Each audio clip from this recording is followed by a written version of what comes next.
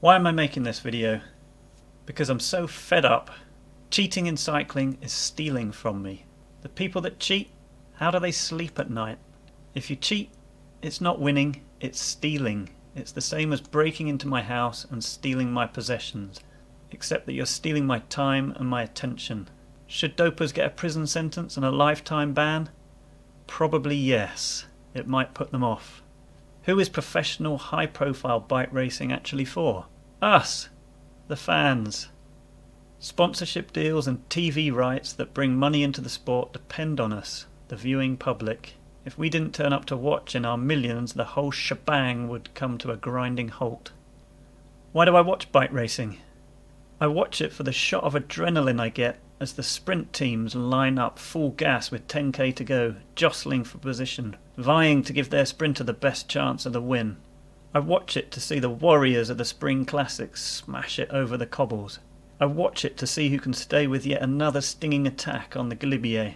I watch it for the excitement. Here's my problem with the current system. Every time a cheat is called out after the event, it dilutes the excitement of watching bike racing as a whole, and this saddens me.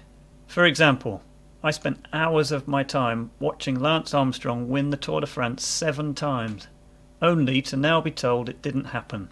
I can assure you it did. It was some of the best racing ever. None of this should have come up after the event. They had 7 years to catch him. What the heck were they doing? I say, let sleeping dogs lie and clean up the future. There are now reports that French magistrates are investigating big-name riders for mechanical doping. Ah! No, no, no! I don't care. I don't want to know. The day that one of my heroes like Fabian Cancellara gets called out for mechanical doping will be a black, bleak day. I don't want to hear about that, even if it was true. Now is the time to catch mechanical dopers, before the start of the next race. So here's how it should be, in my opinion. 1 hour after a bike race finishes, the result is set in stone. There's an amnesty, a truce. No result can ever be overturned. It stands for eternity. The dope police had their chance to catch the dopers before the start and an hour after the finish. Then we move to the next race. None of this weeks, months, years of wondering if this or that result will be overturned by a B sample or a court case. It's not good for the sport or my viewing pleasure. All I care about is the next race, the next battle. Now, I realise this idea is completely flawed. But, hey, if you have a better idea, put it in the comments below. And this brings me to the latest doping scandal doing its utmost to put me off ever bothering to watch a bike race again. Froome and his asthma inhaler. Give me strength. This literally is the worst thing that could have happened in cycling. For the love of bike racing, ban him or don't ban him, but get on with it.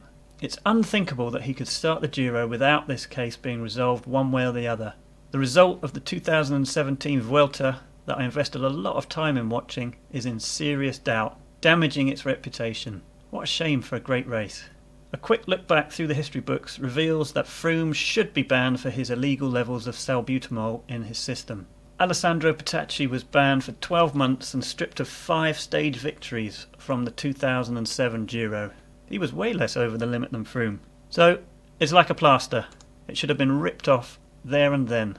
Stage 18 of the Vuelta, Froome should have been removed from the race, immediately given his 12-month ban and be disgraced forever. The race goes on and we get a real winner. However, my actual opinion on Froome's case is this. He's not an idiot. He knew too many puffs on his inhaler would put him over the limit. But perhaps he got to the top of a mountain stage after hours of grueling effort and actually had an asthma attack. Anybody who knows the feeling of panic when you have an attack knows you will do anything to make it better. Perhaps in that moment he had a few puffs too many. He is a human after all. My answer to this is to level the playing field.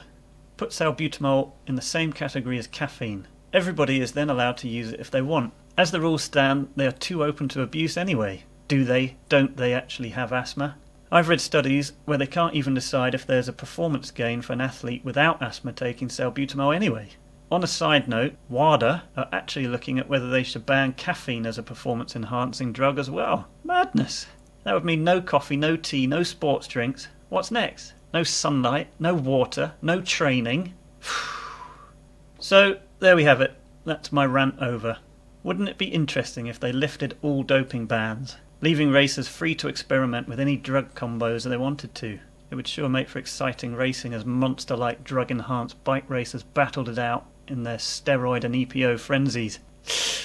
Apart from the death toll, this probably is the only answer to a level playing field in our sport, sadly.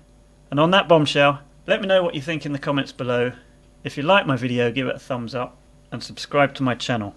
Let's get up to 1,000 subscribers. Come on!